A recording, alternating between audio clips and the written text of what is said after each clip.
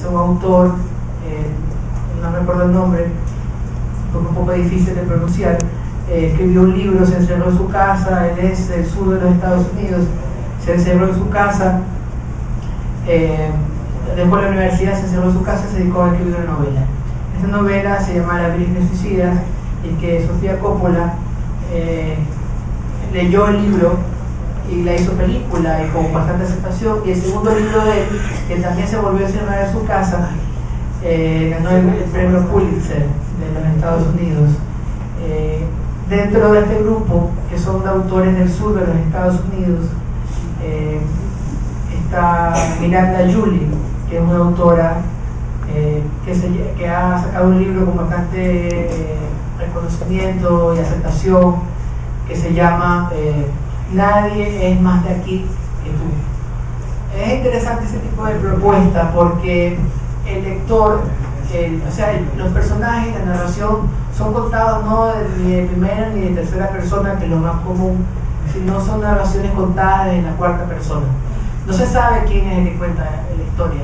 El personaje, el narrador, está entre la primera y tercera y después se va a la cuarta persona.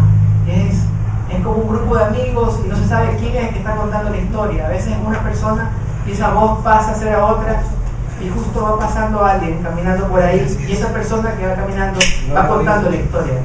Entonces es interesante ese tipo de literatura. Me siento muy cercano y yo quisiera que el lector fuera así, un lector de ese tipo de novelas, fuera un lector que experimente, que se divierta, que a partir de la novela de los personajes cree otra novela. Eso sería lo más interesante. En ese tipo de literatura se la recomiendo porque es una literatura bastante ágil y que exige del lector un tipo de comportamiento y de actitud que ojalá deberían ser todos los lectores. Bueno, no me quisiera alargar más, pero y la misma pregunta, Ferguson, ¿cómo debería ser ese lector de La Noche Latinoamericana? Y te preguntaría algo más, ahora aprovechando que estamos aquí hablando un poco de tema de política. Bueno, yo sé que es un tema que ya hemos discutido algunas veces, pero también no sé si no debe ser el lugar, pero ¿qué tanto hay de política de Venezuela metido en este libro? La pregunta polémica que siempre trato de evitar, ¿no? Siempre me la pregunto y siempre se están mirándome mal cuando respondo. Pero bueno, eso no va a llamar aquí. Bueno, el lector la primera pregunta sobre el lector, yo creo que coincido contigo. Un lector tiene que aprender a ser niño, niña, adulto, joven, tiene que aprender a ser el violador, tiene que aprender a ser el violado, el muerto, el asesino, y vivir todos esos papeles. Incluso un escritor chileno que decía, o lo vives leyéndolo o lo vives en la realidad, ¿qué prefieres? Entonces yo creo que ese es el punto. Es una literatura que yo creo que el lector ideal está por construirse para mí. No estoy esperando un público específico, pero sí está por construirse. Ahora, sobre lo de Venezuela, que quisiera resumirlo así muy breve, es una posición difícil por lo siguiente. No estoy de acuerdo, por supuesto, con lo que pasa con Chávez, pero tampoco estoy de acuerdo con lo que está haciendo la derecha, ¿no? Entonces me pone en una situación todavía como que ni de uno ni de otro. Entonces, sí, no, yo no la llamaría nihilista, porque un nihilista yo creo que no tiene una propuesta y la mía sí, pero simplemente ahorita es un país que no creo que vaya a tener una salida pacífica por muchos sentidos. No puedo creer en un tipo que se afane tanto en el poder, un tipo que tenga 14 años en el poder y todavía diga que los problemas son por el pueblo mientras tiene una cantidad de dinero por petróleo que entra como si nada, ¿verdad?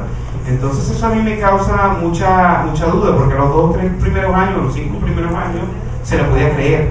Después de eso, es difícil sostener un discurso así, ¿no? Y sobre todo con la posición tan autoritaria que ha tenido. Y sí está reflejado en el libro, pero no es un libro que solamente habla de Venezuela. Viví 7 años en Chile, donde era un país que me tocó cuando llegué, había salido Patricio Elwin, estaba Frei, y vi esa parte de la transición. Me tocó también ver Ricardo Lagos, me tocó ver también a Bachelet. Entonces ver todo ese problema ahí latente. Voy a Bolivia, veo problemas, voy a Argentina y veo problemas, Voy a Guatemala, y en Guatemala era muy curioso, porque quien me salvó de la calle para que no me llevara la policía era una prostituta y unos drogadictos. Ahora, me salvó no en el sentido de que iba y le iba a pagar porque tenía sexo, no. Me salvó que cuando me ve en la calle, me ve que es extranjero, estaba parado en la esquina, entonces como que quería ofrecer servicio, y le digo, no, mira, yo no me interesa, ¿no? Y me dice, ¿eres extranjero? Y yo le digo, sí. Entonces me dice, oye, ¿tú qué haces acá? Que estoy esperando unos amigos. Estaba esperando unos amigos mexicanos. Me dice, viene la policía y si te encuentra acá, te va a llevar inmediatamente y te va a sacar dinero. Y me pasó, regresando de Guatemala a México, la policía me sacó del autobús y me quitó todos los dólares que tenía. Eso es increíble. Entonces es imposible que yo no reaccione a hablar en un libro como esto. Ahora, la poesía siempre ha sido mi medio de comunicación en realidad. Y bueno, quiero, para la última pregunta de mi parte, porque me gustaría también dar el espacio para la lectura, ya nada más, solamente una cosa, sobre todo por el público. Tu labor ha sido mayormente como poeta, ahora la estás haciendo como narrador. Esa transición, ¿cómo ha sido? ¿Nos explicarías así, aunque sea breve, para darnos espacio para la lectura, verdad? Bueno, sí, yo tengo ya más de 10 libros que he sacado en diferentes países. He tenido la suerte de sacar en Lima, en Perú, he sacado en Argentina, también tengo otros libros en España, en Barcelona, tengo ya varios libros mexicanos y bueno, algunos también del Ecuador. Y yo creo que aunque se diga que los géneros, los límites entre los géneros están cada vez más difusos, cosa que yo sí lo creo. Yo creo que la narrativa me da ciertos espacios, ciertas cosas que quiero decir que a veces la poesía no me deja. Yo admiro mucho a esos poetas que pueden hablar desde una tercera persona y que nada les duele. Yo soy también esa línea muy de Gonzalo Roca. Yo viví muchos años también en Chile, igual que Nelson, y yo soy de esos poetas que me duele todo lo que escribo y no puedo ser creativo con cosas que me duelen. O sea, en cambio la narrativa me da esa libertad de ser muchas cosas y de ahorita ser un hombre, una mujer, un niño, y de repente puedo ser un vaso y contar una historia. Me gustan esos escritores como el argentino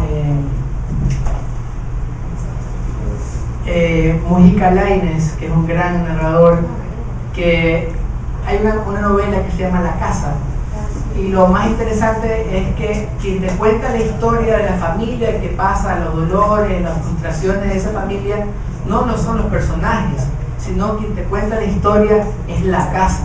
La casa como una construcción, la casa como que tuviera ojos, y la casa te va contando paso a paso todo lo que vive esa familia y cómo esa familia se fue cada vez destruyendo, y cómo esa casa poco a poco se está destruyendo físicamente, moralmente también se destruye, y cómo esa casa poco a poco la van a derrumbar.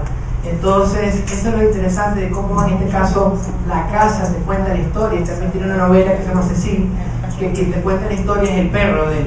La mascota, desde su visión como mascota, te cuenta el mundo.